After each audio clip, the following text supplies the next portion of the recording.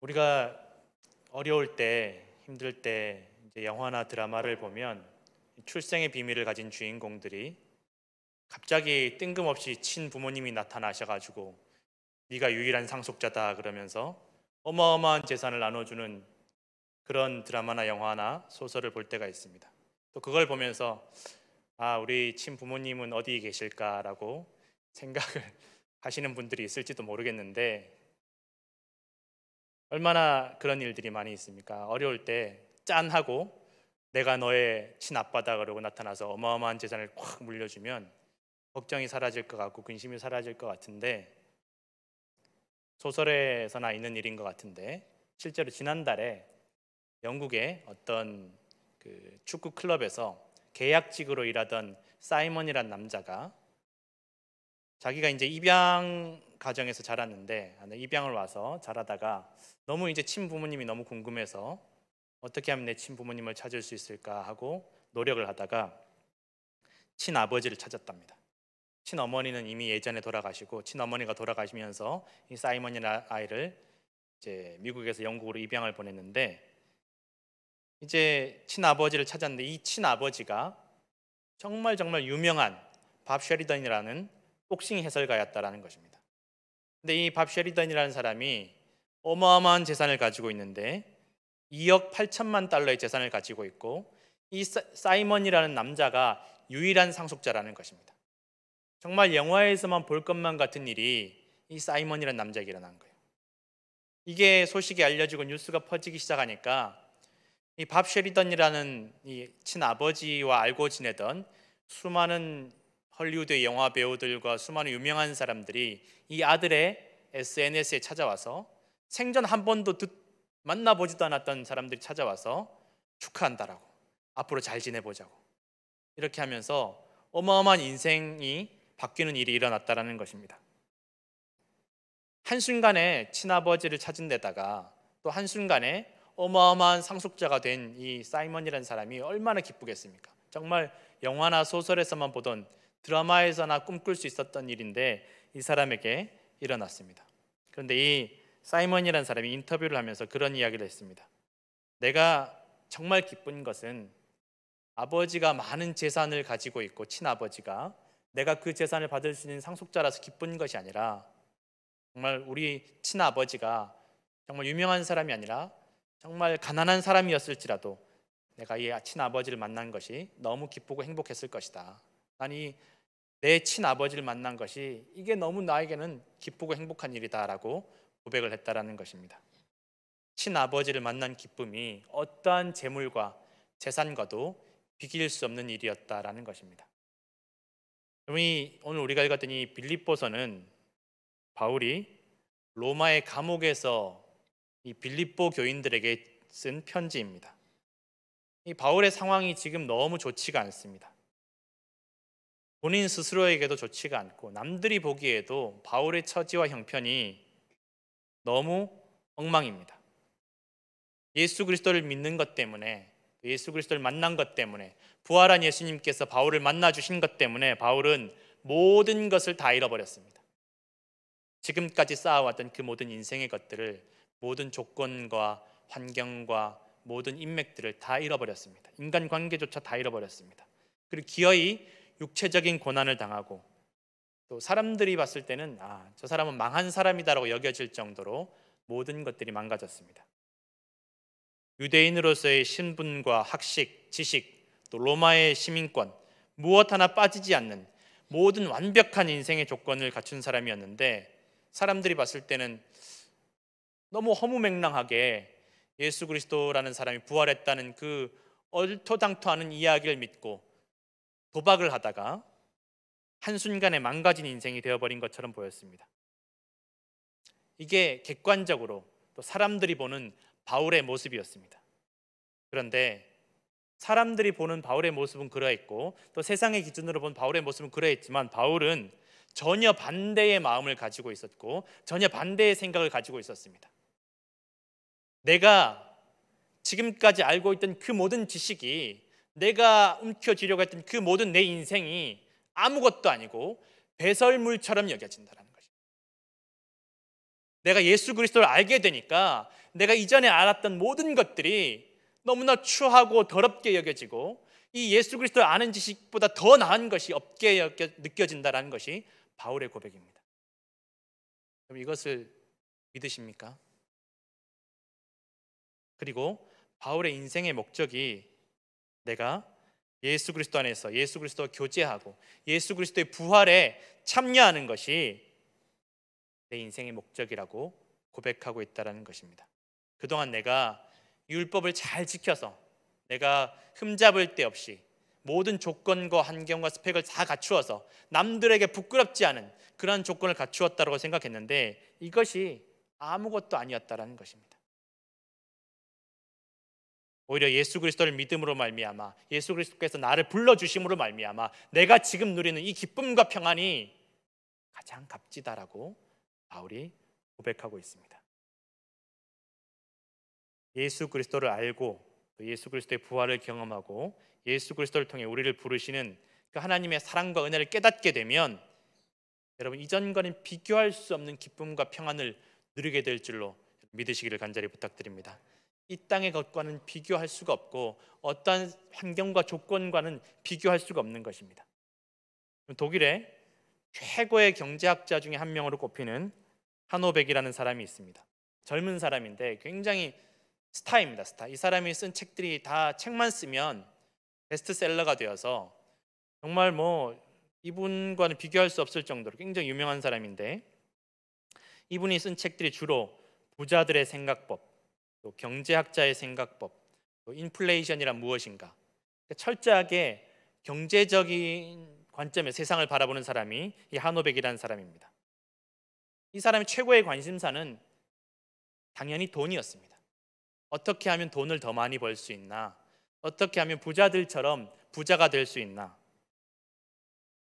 그런데 이 하노백이 어느 날 운전을 하다가 문득 이제 신호를 받으면서 길이 밀리니까 신호를 받으면서 이렇게 생각이 드는데 무슨 생각을 했냐 하면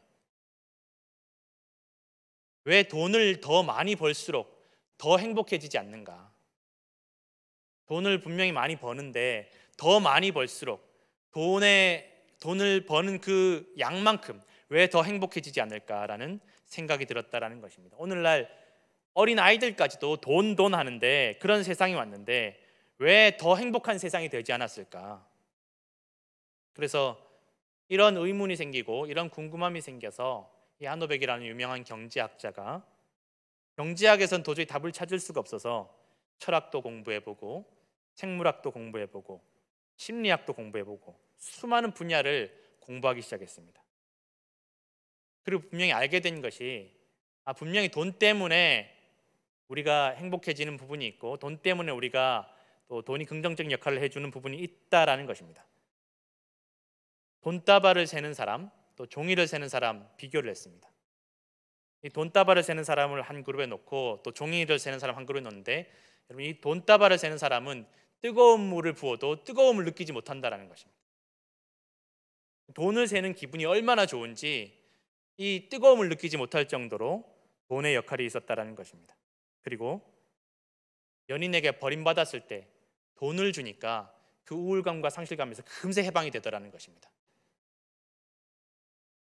그러나 분명히 딱 거기까지였다라는 것입니다. 그 이상이 없었다라는 것입니다. 통계를 내보았다라는 것입니다. 이 사람이 여러 사람들에게 설문조사도 하고 통계를 내보니까 이 돈 때문에 행복해지는 데는 딱 한계가 있는데 연수입 8만 불이 넘어가면 더 돈을 번다고 해서 더 행복해지지는 않는다라는 것입니다. 그리고 행복해지는 여러 가지 방법들이 있는데 정말 행복해지려면 사람들과 교제하고 나누고 내 기쁨을 나누고 또 함께 어울리고 또 다른 사람들을 위해서 내 돈을 쓰고 또 부부간에도 서로의 행복을 위해서 노력할 때 사람의 행복이 더 커진다라는 것을 이 사람이 통계를 얻었다라는 것입니다. 그리고 불행해지는 확실한 방법이 있다라고 이 사람이 말하기를 자신이 조사를 해보고 통계를 내보니까 확실하게 불행해지는 방법은 나보다 더 나은 사람들과 끊임없이 어울리려고 노력하는 것이라는 것입니다. 경제적으로, 지식적으로 항상 나보다 더 나은 사람들과 어울리기 위해서 노력하다 보면 항상 나는 상실감을 느낄 수밖에 없고 불행감을 느낄 수밖에 없다라는 것입니다. 여러분, 얼마나 많은 사람들이 더 좋은 환경 속에서 더 나은 사람들, 나보다 더 나은 사람들과 어울리기 위해서 노력을 합니까? 그런데 그럴수록 불행해지더라는 것입니다. 내 눈에 보이는 사람들은 다 나보다 나은 사람들밖에 없고 항상 내가 비교해 보니까 내가 가장 못하니까 이게 불행하다라는 것입니다. 자녀에게 더 나은 배우자를, 나에게 더 나은 배우자가 오기를, 여러분, 하나님께서 맺어주신 배우자가 가장 귀한 배우자인 줄로 믿습니다. 세상의 조건이 더 뛰어난 사람과 어울리려고 하고 함께 살려고 할수록 자신은 불행해질 수밖에 없다라는 것입니다. 더 좋은 환경, 더 좋은 조건, 또 그런 사람들과 어울리기 위해서 애를 쓰면 또 길을 쓰고 돈을 벌고 부자가 되려고 하지만 한계가 있고 불행해질 때가 더 많이 있다라는 것입니다. 내가 가지고 있는 것들이, 내가 소유하고 있는 것들이, 내 지식이 나를 행복하게 해줄 수 없다라는 것입니다. 기쁨과 평안을 줄 수 없다라는 것입니다. 여러분, 바울은 예수 그리스도를 만나고 나서 이것을 비로소 깨닫게 된 것입니다. 내가 그동안 가졌다라고 생각했던 것들이, 내가 그동안 이루었다라고 생각했던 것들이 너무 추하게 여겨지는 것입니다. 그리고 내가 아직 완전하게 이룬 삶이 아니지만, 완성한 삶이 아니지만 하나님께서 부르신 그 부르심의 상급을 향해서 내가 달려가고 주님 안에서 주님께서 나에게 기쁨을 주신다라고 고백하고 있습니다. 예수 그리스도의 부활에 참여하고 싶어서 내가 예수 그리스도의 고난에도 기꺼이 들어가기를 원한다라고 고백하는 것입니다. 예수 그리스도 안에서 주님의 부활을 경험한 바울은 죽음도 고난도 더 이상 두려워하지 않게 되었다라는 것입니다. 사도행전 20장 22절에서 24절의 말씀입니다. 보라, 이제 나는 성령에 매여 예루살렘으로 가는데 거기서 무슨 일을 당할는지 알지 못하노라. 오직 성령이 각 성에서 내게 증언하여 결박과 환난이 나를 기다린다 하시나 내가 달려갈 길과 주 예수께 받은 사명 곧 하나님의 은혜의 복음을 증언하는 일을 마치려 하면은 나의 생명조차 조금도 귀한 것으로 여기지 아니하노라. 오늘 이 바울의 고백이 저와 우리 모두의 고백이 되기를 간절히 소원합니다. 이 빌립보서는, 여러분, 이 빌립보 교회는 유럽에서 가장 처음 세워진 교회입니다. 이 빌립보 지역의 사람들은 바울 당시에 굉장히 경제적이고 합리적인 사람들입니다. 좋게 말해서 경제적이고 합리적인 사람들이지, 조금 나쁘게 말하면 돈 되는 일이라면 무엇이든지 하는 사람들이 이 빌립보에 사는 사람들이었습니다. 황제를 신처럼 숭배하면서 나 로마 사람이다, 그러니까 이것을 이용해서, 이 로마 사람이라는 것, 우리가 황제의 시민이라는 것, 내가 황제를 숭배한다는 것을 이용해서 돈을 벌고 비즈니스를 하던 사람들이 빌립보 사람들이었고, 심지어 한 걸음 더 나아가서 귀신 들려서 귀신 들린 사람들을 이용해서 돈을 벌던 사람들이 빌립보 사람들이었습니다. 그런데 이 바울이 이 빌립보에 와서 이 귀신 들린 사람의 고통에서, 이 귀신 들린 사람에게서 귀신을 쫓아냅니다. 이 사람의 고통을 해방시켜 줍니다. 그러니 이 귀신 들린 사람을 이용해서 돈을 벌던 사람들이 바울을 죽이려고 달려들고 바울을 고소하게 됩니다. 그리고 바울을 감옥에 던져버립니다. 여러분, 이 빌립보란 지역의 감옥은 우리가 생각하는 그런 감옥을 생각하시면 안 됩니다. 그냥 땅에 구덩이 하나 파놓은 것입니다. 도저히 사람의 힘으로 혼자서는 빠져나올 수 없는 그 구덩이에 던져놓는 것입니다. 비가 오면 비를 맞아야 되고, 진흙바닥에서 그냥 배설물을 그냥 아무렇게나 쌓아야만 하는 그러한 감옥이 바로 이 빌립보 도시에 바울이 갇혀있던 감옥이었습니다. 더럽고 냄새나고 춥고 외롭고. 그런데 이 빌립보 감옥에 갇혀있을 때 바울이 찬송하고 기도했습니다. 원망하고 불평해도 못할 상황인데, 누가 봐도 바울은 하나님 믿는 것 때문에, 예수님 믿는 것 때문에, 그 믿음 때문에, 그 신앙 때문에 이 고난을 당하는 것인데 기도하고 찬송했다라고 성경에는 기록되어 있습니다. 그런데 바울이 이 밤에 감옥에서 기도하고 찬송할 때에 지진이 나고 옥문이 열렸다라고 기록이 되어 있습니다. 여러분, 성도의 기도와 찬송에는 놀라운 능력이 있는 줄로 믿으시길 바랍니다. 어렵고 힘들 때, 감옥에 갇혀 있을 때, 외로울 때, 추울 때, 고통스러울 때 기도하고 찬송하면 놀라운 능력을 우리에게 부어주시는 줄을 믿으시기 바랍니다. 그 감옥에 갇혀 있는 바울이 그 빌립보 감옥에서 자기를 감시하고 자신을 가둔 간수에게 복음을 전하는 것입니다. 주 예수를 믿으라. 그리하면 너와 내 집이 구원을 받을 것이라. 여러분, 예수 그리스도를 믿는 믿음은 환경과 조건에 구애받지 않습니다. 바울은 이미 사실은 로마의 시민권자였기 때문에 미리 말을 하였더라면 감옥에 들어가지 않을 수도 있었지만 바울은 그러지 않았습니다. 바울의 인생의 목적이 분명하였기 때문입니다. 고난을 받지 않는 것이 바울의 인생의 목적이 아니라, 어려움을 피하는 것이 바울의 인생의 목적이 아니라 복음을 증거하는 것, 하나님의 부르심에 순종하는 것, 이것이 바로 바울의 인생의 목적이었다는 것입니다. 여러분, 오늘 우리 성도들의 인생의 목적이 분명해야 될 줄로 믿습니다. 이 땅에서 내가 조금 더 재산을 모으고 조금 더 편안한 생활을 하고, 여러분, 더 높아지고 이 땅에서 잠깐 없어질 이 기쁨과 즐거움을 붙잡는 것이 우리의 인생의 목적이 아니라 영원한 하나님께서 주시는 영원한 기쁨과 평안을 누리는 것이 우리의 인생의 목적인 줄로 믿습니다. 그리고 마지막에는 죽음에서 부활에 참여하는 것이 우리 인생의 목적이 되어야 할 줄로 믿습니다. 여러분, 이 땅의 육체와 환경과 조건이, 이 땅의 재물이, 이 땅에 잠깐 지나갈 안개와 같은 생명이 인생의 목적이 되어서는 안 됩니다. 결국 허무함과 멸망만이 남을 수밖에 없습니다. 인생의 목적이 하나님과 하나님의 부르심에 두는 것이 참된 믿음이고, 그 믿음으로 말미암아 우리는 영원한 기쁨과 평안을, 하나님 나라를 누리게 될 것을 믿으시기를 부탁드립니다.